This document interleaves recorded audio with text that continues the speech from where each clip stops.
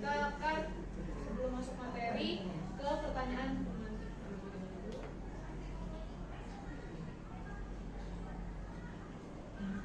Menurut Bapak Ibu, setuju atau tidak setuju untuk hukuman dapat mendisiplinkan anak? Setuju. Setuju? Setuju ya. Yang kedua, pemberian hukuman dengan hal positif seperti membaca atau membersihkan halaman sekolah dapat meningkatkan disiplin anak. Setuju ya. Yang ketiga, memberi penghargaan dapat meningkatkan motivasi belajar anak. Setuju. Jadi dari ketiga pertanyaan pemantik ini kita setuju semua ya. Untuk selanjutnya tentang disiplin positif dengan nilai-nilai kebajikan positif.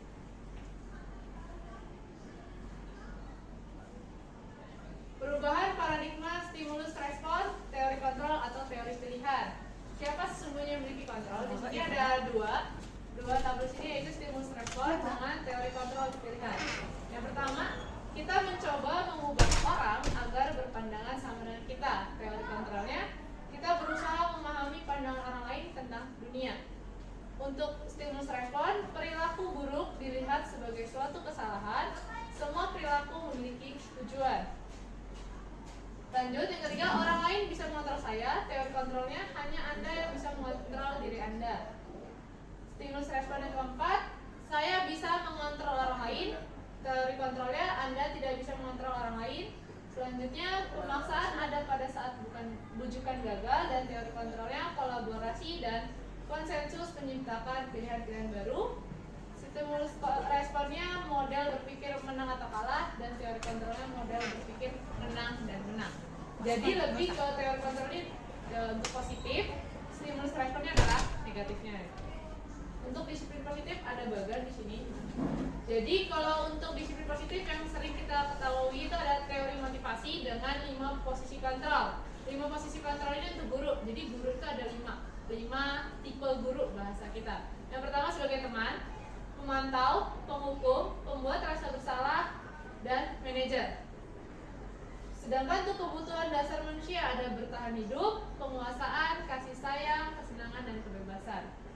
Sebelum kita masuk ke materi lagi, saya akan menampilkan video.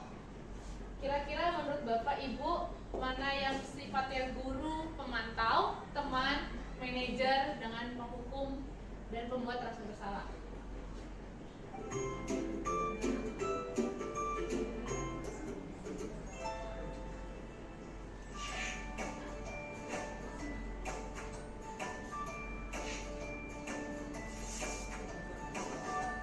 Sebelumnya di sini kita akan ditampilkan ada guru, ada 5 macam tipe guru. Guru yang seperti apa kita di sekolah? Halo, Bapak Ibu guru calon guru penggerak. Video ini akan menampilkan 5 adegan interaksi guru dan murid. Silakan menonton dan merefleksikannya.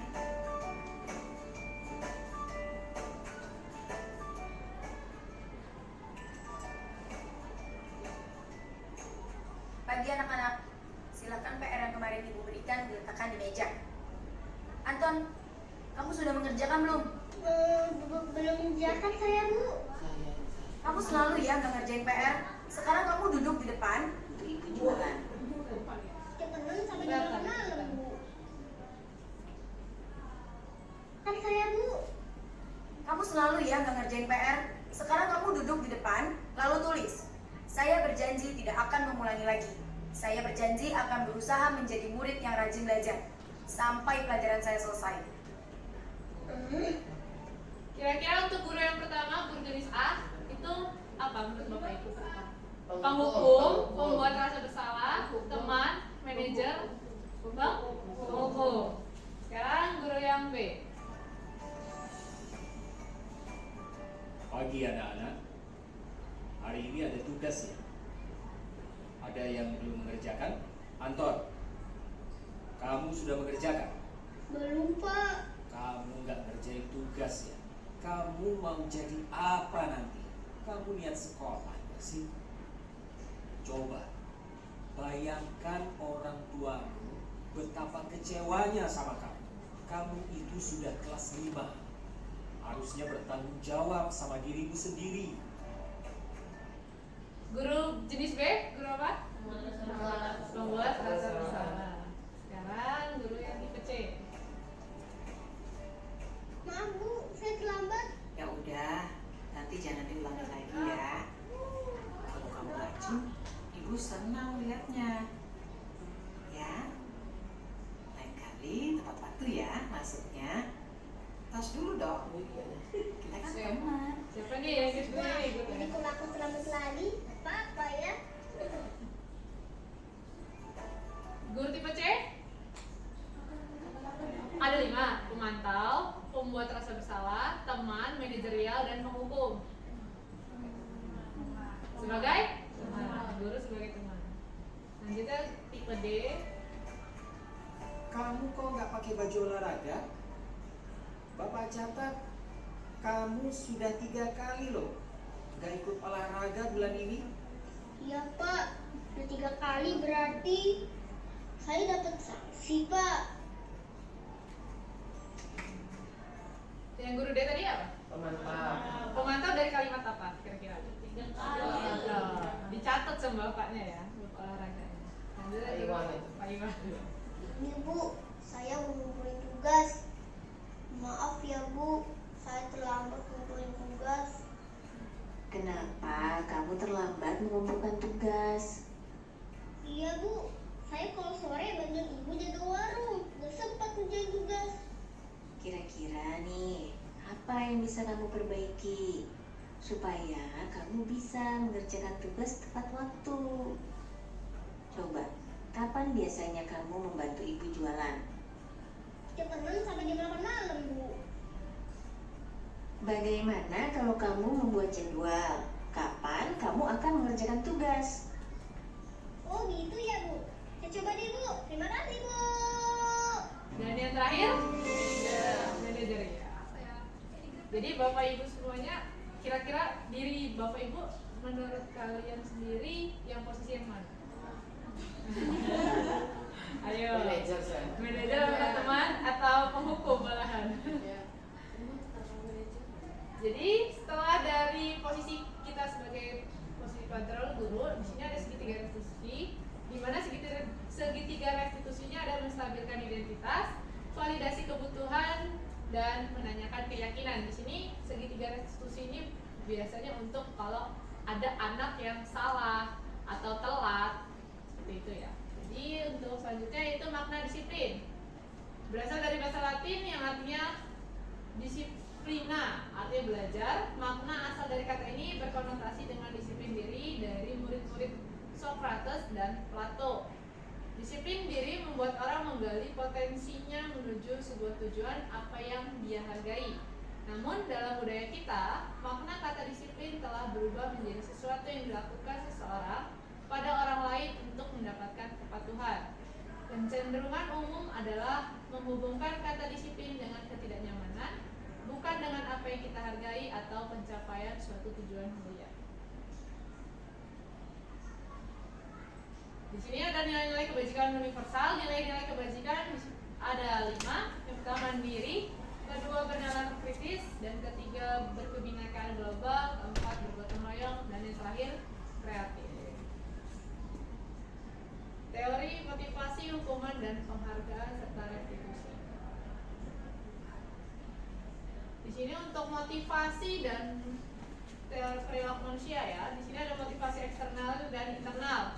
Di sini coba Bapak Ibu dibaca, untuk menghindari ketidaknyaman atau hukuman, apa yang akan terjadi apabila saya tidak melakukannya, itu termasuk eksternal. Dan untuk internalnya yaitu untuk menghargai diri sendiri, saya akan menjadi orang yang seperti apa bila saya melakukannya. Begitu juga dengan merdeka menurut Ki Hajar Dewantara, yaitu merdeka adalah tidak hanya terlepas dari perintah, akan tetapi juga cakap buat memerintah diri sendiri. Masih ingat kan Bapak Ibu untuk filosofis dari Ki Hajar Dewantara? Ada 3 semboyannya. Yang pertama, tutur rehan ini. Terus ing aso suntulodo. Terus yang Nikmat yang namun kaso. Nah yang sering dipakai adalah yang tuturi handayani.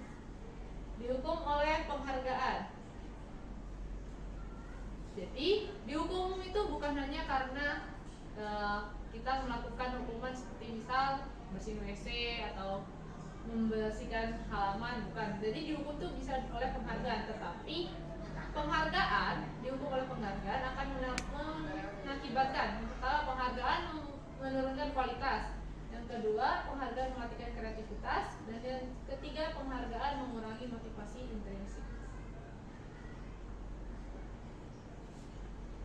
Untuk penghargaan sendiri ada proses bentuk program kebajikan atau apresiasi. Yang pertama, beri dukungan secara khusus, beri pengakuan secara pribadi, beri pengakuan kepada semua murid atau bergantian, beri pengakuan secara konsisten dan fokus pada proses.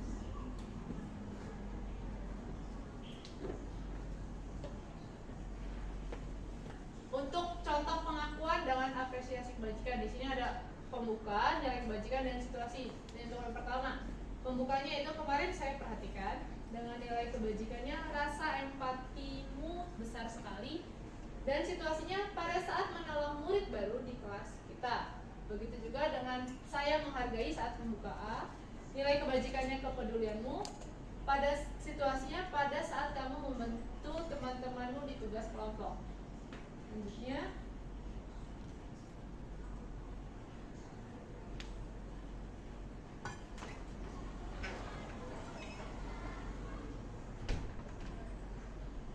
perbedaan hukuman dan konsekuensi. Kira-kira menurut Ibu, Bapak Ibu di sini kan ada tabel nih, perbedaan hukuman dan konsekuensi.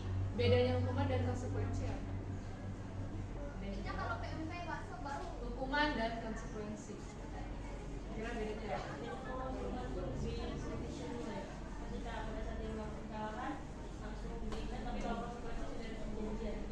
Ya, benar ya. Untuk Bu Dwi benar. Jadi kalau hukuman dia seperti peraturan yang dilanggar langsung dikasih hukumannya. Kalau konsekuensi sebelum ada peraturan kita membuat keyakinan kelas dulu. Misal kalau kita di kelas kita punya peraturan kelas, kalau kita telat, murid telat mengumpulkan tugas, kita punya anak kesepakatannya apa? Entah dia nulis kesalahannya atau mengerjakan ulang, itu untuk konsekuensi ya. Seperti yang pertama hukuman, sesuatu yang menyakitkan harus terjadi, sedangkan konsekuensinya sesuatu yang harus terjadi. Hukuman, konsep diri yang buruk, sedangkan konsekuensi adalah konsep diri yang baik. Jadi konsekuensi itu lebih positif dalam bahasa.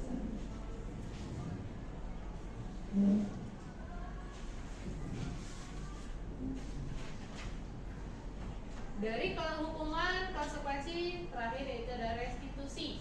Restitusi adalah proses menciptakan kondisi bagi murid untuk memperbaiki kesalahan mereka sehingga mereka bisa kembali pada kelompok mereka dengan karakter yang lebih kuat. Restitusi juga merupakan proses kolaboratif yang mengajarkan murid untuk mencari solusi untuk masalah mereka dan membantu murid berpikir tentang orang seperti apa yang mereka ingin menjadi atau tujuan mulia dan bagaimana mereka harus memperlakukan orang lain. Ciri-ciri restitusi ada 9. Yang pertama, bukan untuk menebus kesalahan, namun untuk belajar dari kesalahan. Yang kedua, memperbaiki hubungan. Ketiga, tawaran bukan paksaan. Keempat, restitusi menuntut untuk melihat ke dalam diri. Kelima, restitusi mencari kebutuhan dasar yang mendasari tindakan. 6, restitusi diri adalah cara yang paling baik. 7, restitusi fokus pada karakter bukan tindakan. 8, restitusi fokus pada solusi. Dan 9, restitusi mengembalikan murid yang berbuat salah pada kelompoknya. Dari restitusi adanya keyakinan kelas. Keyakinan kelas di sini ada diagram, kita bisa bilangnya diagram. Diagram di sini pertama yang dalam lingkup kecil itu peraturan kelas dulu. Jadi kita misalnya kita wali kelas di kelas, kita membuat peraturan kelas. Nah peraturan kelas ini bersifat bahasanya lebih negatif, misalnya dilarang makan di kelas. Gitu. Sedangkan untuk keyakinan kelasnya itu lebih dia positif. Misal kalau dia kata-kata dilarang itu diganti yang lain. Contoh, tidak boleh mencontek. Berarti keyakinan kelasnya apa? Jujur. Yang kedua, misal dilarang telat datang ke sekolah. Berarti keyakinan kelasnya apa? datang tepat waktu.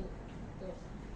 Dari peraturan kelas tadi yang kalimatnya negatif berubah ke keyakinan kelas menjadi positif, maka lingkungan positiflah yang akan muncul di dalam kelas tersebut sehingga menimbulkan budaya positif. Kalau udah budaya positif akan menimbulkan apa? Semangat belajar, minat belajar pada siswa, dan otomatis setelah semangat belajar, minat belajar, dan prestasinya yang meningkat.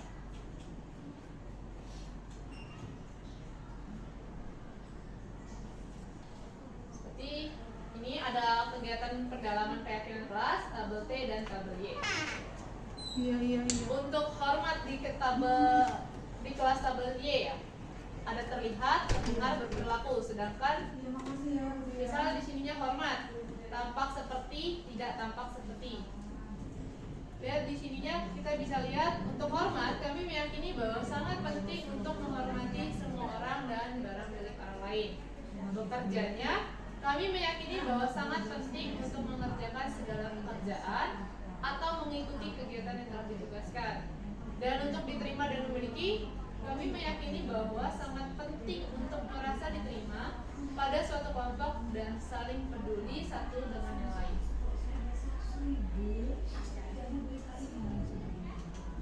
Nah, tadi ya seperti saya bilang, untuk peraturan kelas sering terlambat diganti dengan datang tepat waktu. Jadi kita penerapan tabel T dan tabel Y. Untuk yang pertama, tampak seperti datang tepat waktu. Tidak tampak sepertinya sering hadir terlambat. Maka di sini untuk terdengarnya, untuk hormat, satu orang berbicara, yuk saya bantu, sedangkan terlihatnya berempati terhadap perasaan orang lain. Jadi kalau misalnya ada permasalahan, temannya ada masalah, berarti kan salah satu temannya juga bakal ngebantu, yuk saya bantu, sedangkan untuk yang terlihatnya dia berempati. Saat berperilaku dia tersenyum ramah. Begitu juga dengan yang lainnya, kita bisa selesaikan ini bersama. Terlihatnya memegang barang milik orang lain hanya dengan izinnya, sedangkan untuk berperilaku dia berjabat tangan, memberikan salam atau nganggukkan kepala, gitu. Namaste. Jadi lebih ke perilakunya, tindakan kalau berperilaku ya.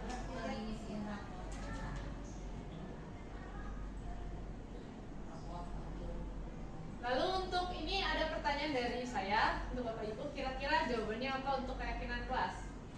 Tadi kan saya sudah jelaskan bedanya peraturan dengan keyakinan. Kalau peraturan tadi tidak boleh mencontek, keyakinan kelasnya jujur. Tidak boleh terlambat, berarti keyakinan kelasnya adalah datang tepat waktu. Kira-kira kalau peraturannya selalu kembalikan buku ke tempatnya, keyakinan kelasnya apa? Jenis nilainya apa? Ada kedisiplinan, kerapihan. Lebih nilai keyakinan kelasnya kerapihan. Karena kalau nggak dibalikin semuanya berarti berserakat kan? Dilarang mengganggu orang lain. Nilai keyakinan kelasnya apa?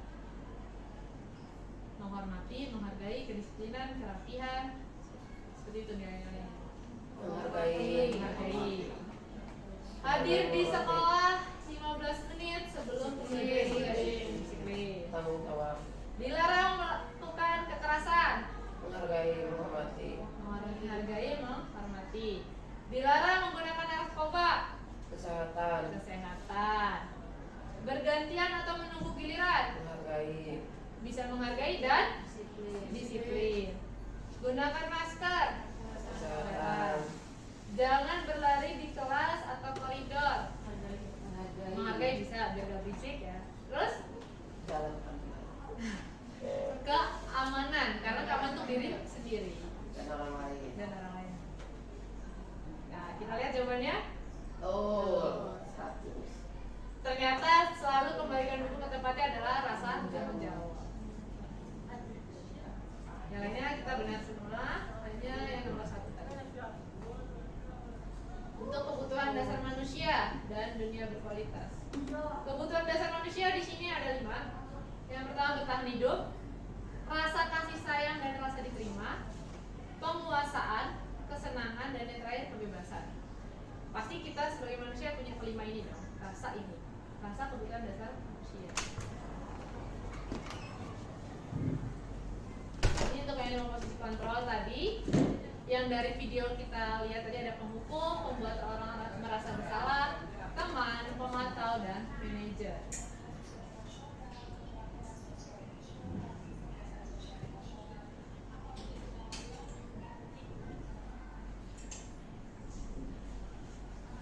Untuk segitiga restitusi, di sini yang tadi menstabilkan identitas yang pertama, lalu validasi kebutuhan dan menanya keyakinan.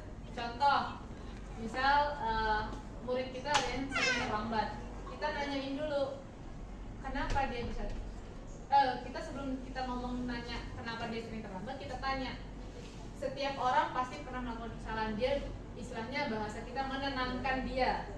Kamu bukan satu-satunya yang pernah melakukan ini. Selanjutnya baru kita tanya validasi kebutuhannya, yaitu adakah cara yang lebih efektif untuk mendapatkan apa yang kamu butuhkan? Adakah cara efektif biar kamu gak terlambat? Terus kamu tentu punya alasan mengapa melakukan itu. Berarti tadi yang murid yang terlambat kita tanya, kamu kenapa terlambatnya? Lalu untuk yang terakhir menanyakan keyakinan. Kamu ingin menjadi orang seperti apa? Berarti kita juga bisa nanya ke yang terlambat tadi, kamu gimana caranya biar gak terlambat? Terus nilai-nilai apakah yang telah disepakati? Ini jatuhnya ke keyakinan kelas. Apakah kamu merasa telah bersalah untuk dari nilai-nilai keyakinan kelas kita? Kita nanya seperti itu. Jadi segitiga restitusi ini untuk menanyakan atau penyelesaian masalah dari anak murid kita sendiri. Contohnya ya, menstabilkan identitas, validasi kebutuhan, dan yang terakhir menanyakan keyakinan. Dari penjelasan saya saat ini, adakah Bapak Ibu yang ingin bertanya?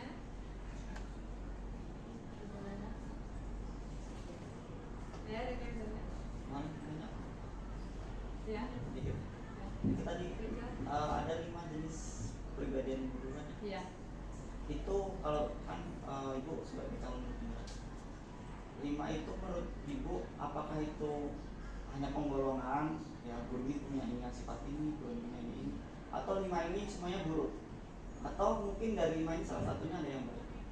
Kenapa sih? Atau semuanya baik? Karena tadi ada yang menghukum, ya, gitu kan? Ya. Gimana pendapat? Jadi kita lihat tabelnya dulu.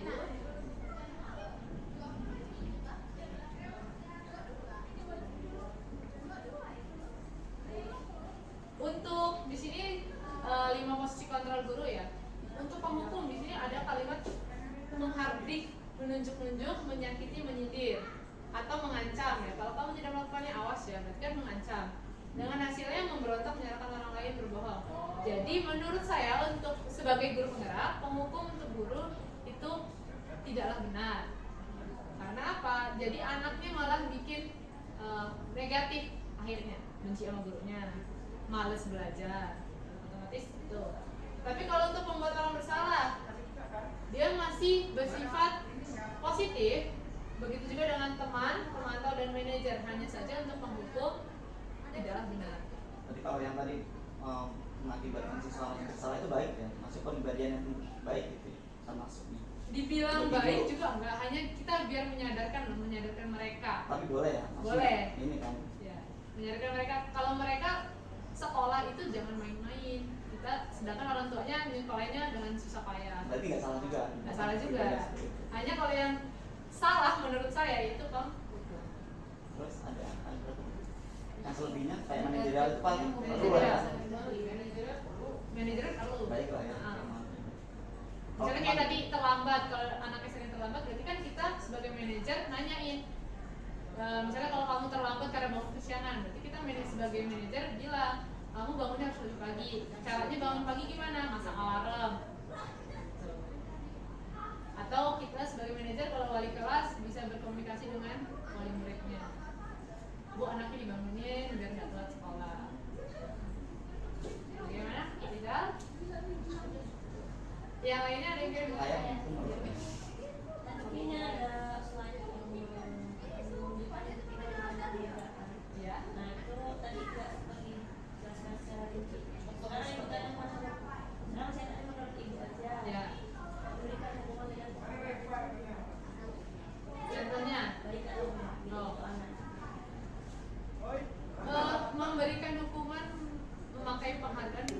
nggak sepenuhnya baik, nggak sepenuhnya juga salah. Kenapa? Kalau misalnya contoh penghukuman, misal yang paling kecil atau masalah paling kecil di kelas, Dia mampu menjawab terus dikasih jajanan misalkan penghargaannya. oh gini, Nah, dia kita ngadain pertanyaan di dihukum secara memberikan penghargaan kan.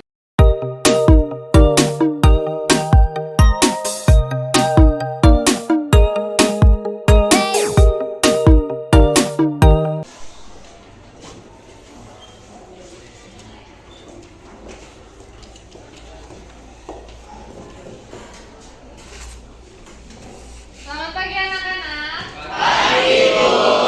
Apa kabar kalian hari ini? Baik. Ada yang mau masuk hari ini? Ada. Kamu dispen kenapa? Dispen anggus? Hari ini kita akan membuat keyakinan kelas. Keyakinan kelas. Apa ada yang tahu keyakinan kelas itu apa?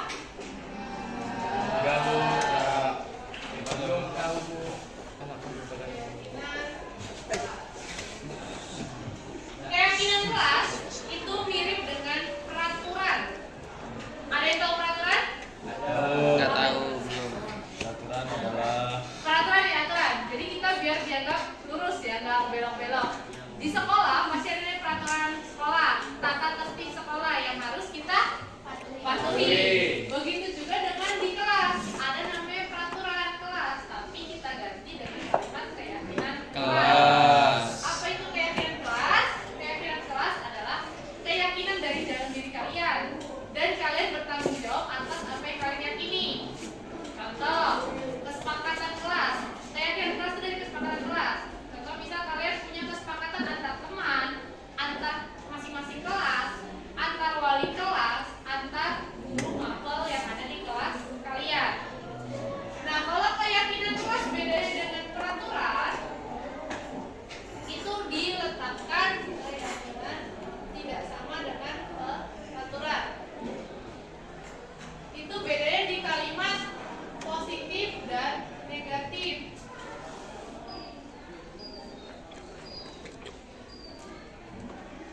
Kalimat positif dan negatif. Kalau peraturan itu lebih ke kalimat negatif. Contoh, misal untuk peraturan ada kalimat dilarang, jangan,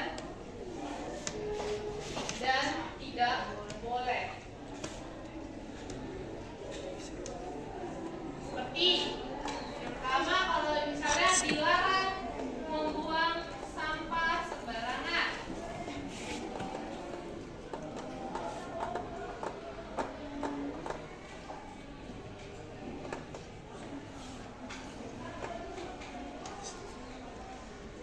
Dilarang membuang sampah sembarangan ini termasuk peraturan.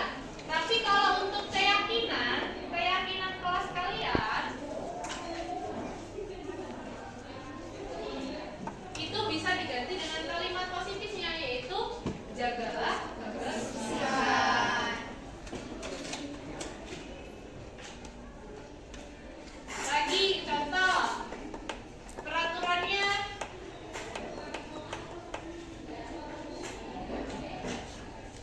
tidak boleh terlambat.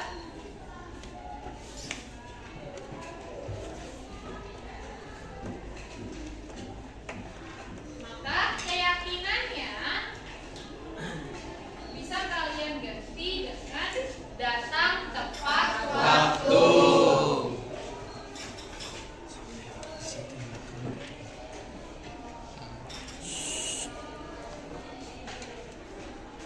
Atau misalnya lagi peraturannya tidak boleh mencontek, dilarang mencontek, bisa kalian ganti dengan kalimat jujur.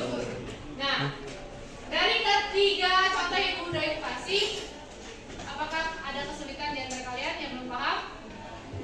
Semua? Kalau kalian paham, Ibu akan ngasih kalian sticky note satu persatu dan nanti kalian akan tempel di tempat yang Ibu sediakan. Malang. Kata. Jadi nanti kalian tempel di sini. Ini nanti ibu tempel di sini aja ya, di pojok sini. Kalian nanti tempel keyakinan kelas apa yang menurut kalian harus diyakini dan bertanggung jawab satu kelas ini. Ini ibu bagiin sticky note-nya.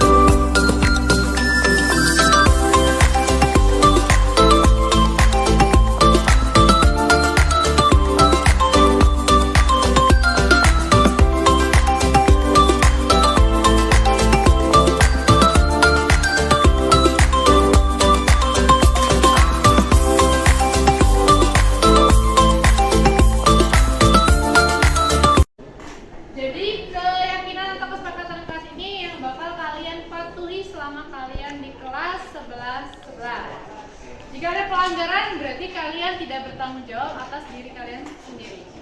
Paham?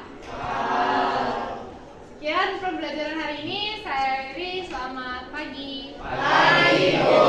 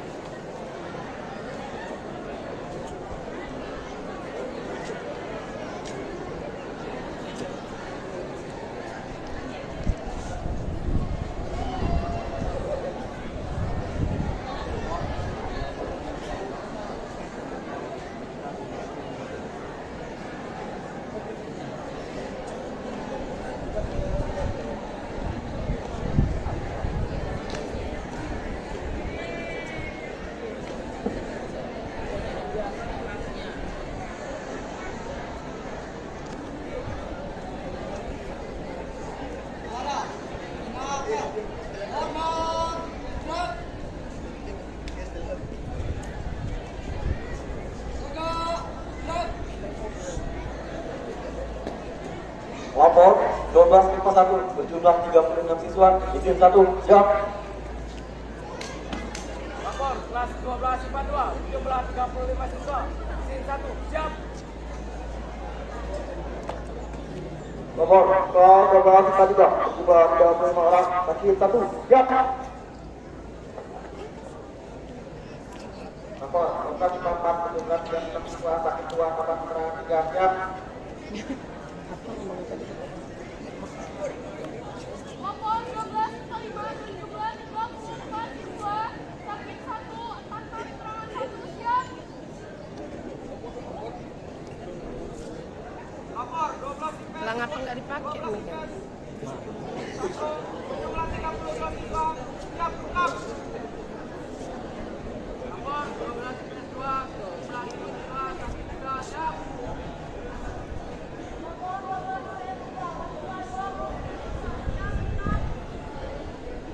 Lapor kelas 12 IPS 4 berjumlah 32 siswa, izin 1, tanpa keterangan 1, siap.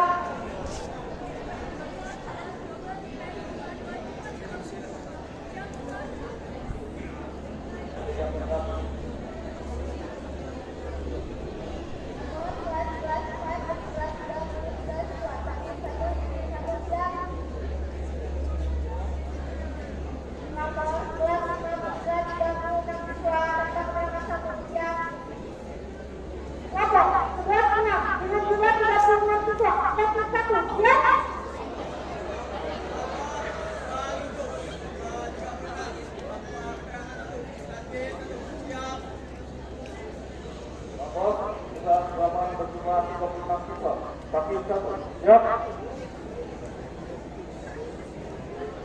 Lapor kelas 9 berjumlah 36 siswa, sakit 1, siap.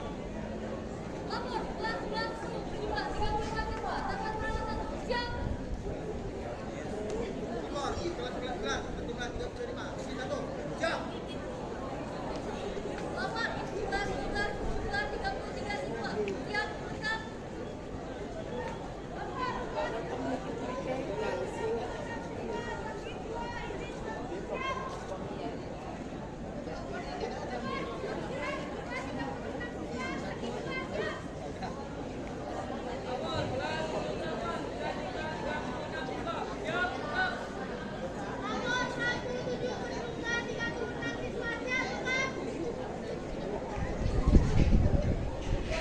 Lapor kelas 6 berjumlah 36 siswa, sakit 2, siap.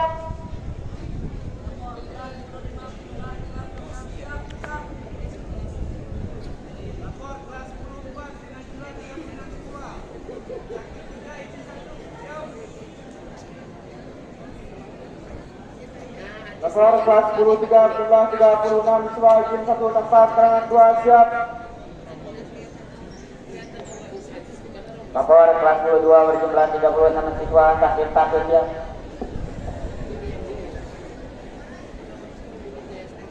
Lapor kelas 11 berjumlah 36 siswa. Siap, lengkap, laporan selesai.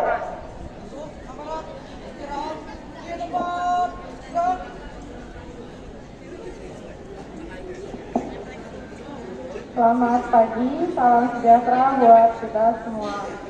Pur. Yang terhormat kepada Bapak Kepala SMA Negeri 2 Kalianda, Bapak Ibu Dewan Guru dan staf tata usaha yang saya hormati, beserta anak-anak dari kelas 12 dan sampai kelas 10 yang saya banggakan. Pertama-tama, amanat yang akan saya sampaikan pada pagi ini yaitu tentang terlaksananya apel pada pagi ini. Apel dimulai harusnya sudah dari tadi, ini kita terlambat beberapa menit ya. Kalian harus disiplin terhadap waktu. Jika sudah diatur oleh ketua OSIS, harusnya kalian segera siap di lapangan untuk segera apel. Jadi tidak ada kata terlambat pada apel pagi ini. Mengerti tidak? Yang kedua, untuk disiplin dan tertib pakaian. Untuk tertib pakaian, setiap apel apakah boleh pakai baju olahraga? Itu tidak baik. Harusnya walaupun jam pertama olahraga, setiap apel itu pakai baju seragam yang ada sesuai sama teman-teman yang lain. Kalau hari Selasa, Rabu pakai batik, Kamis pakai OSIS. Baru nanti setelah apel, baru kalian ganti pakai olahraganya. Coba yang di belakang dengarkan dulu. Yang di belakang, kelas 12. Jadi gitu, untuk disiplin dan tertib terhadap pakaian. Jadi nggak ada yang pakai OSIS, ada yang pakai olahraga. Semua ada aturan, kita harus disiplin. Ya. Yang ketiga, saat apel sudah selesai, kita akan literasi membaca. Saat literasi membaca, walaupun gurunya belum ada, belum hadir di kelas kalian, kalian sudah berinisiatif sendiri untuk membuat kitab ngaji. Jadi jangan disuruh-suruh lagi, langsung dimulai. Sudah dikasih tahu kan ayat apa yang harus dibaca. Jadi jangan sampai gurunya datang dulu baru mulai ngajinya. Budayakan literasi membaca kalian. Pasti masih ada dari kelas 12, kelas 10 yang belum bisa mengaji. Jadi kalian harus belajar di sini. Budayakan literasi membaca kalian. Dan keempat, untuk yang terakhir, coba budayakan juga kalian untuk 5S.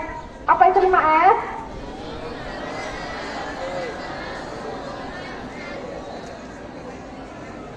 Coba yang di belakang 5S itu apa?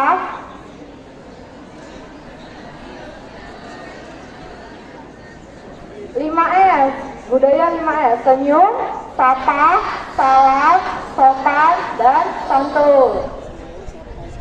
Kalau misalnya kalian ketemu orang tua atau orang yang lebih tua, kalian harusnya gimana? Pertama kalian harus senyum dong, ya kan?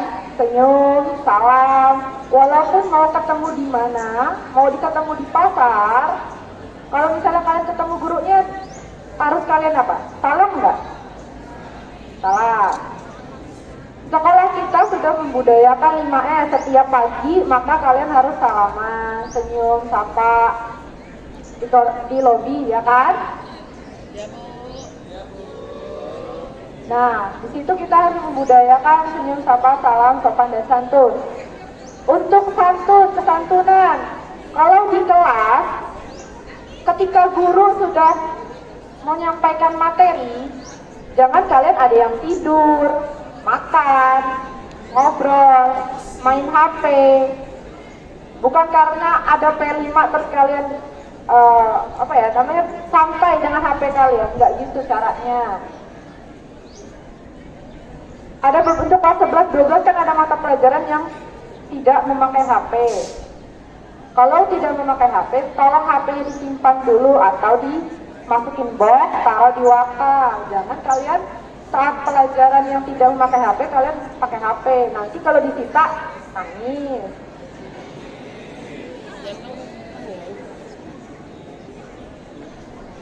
Dan saat jam-jam yang pergantian jam, gurunya udah datang, kelasnya kosong, pada ke kantin. Kan ada saatnya istirahat. Itu termasuk kesopanan. Saatnya guru menyampaikan materi, jangan juga tidur, ngobrol sendiri. Di saat ditanya, nggak paham. Yang di belakang paham nggak itu yang ribut? Apa coba kalau paham? Nah, sama kayak seperti ini. Kalau ada pembina yang sedang menyampaikan amanat saat upacara atau apel, sebaiknya didengarkan. Itu menurut 5F. Jangan kalian ngobrol sendiri, duduk di dekat taman. Sama-sama saling menghargai, menghormati. Bagaimana kalau kalian sedang ngobrol, kalian tidak didengarkan oleh teman-teman kalian? Atau kalian tidak dihargai sama teman kalian sendiri? Sakit nggak? Ngerti tidak? Jadi, kalian harus budayakan disiplinan, budaya positif kalian, kedisiplinan, tertib, literasi membaca, dan 5F. Dari keempat tadi, itu adalah bentuk aksi nyata kalian terhadap budaya positif. Jadi kalau misalnya kalian ditanya budaya positif apa yang sudah kalian lakukan, kalau yang sudah kalian terapkan, yaitu salah satunya adalah 5F tadi. Jadi apa 5F?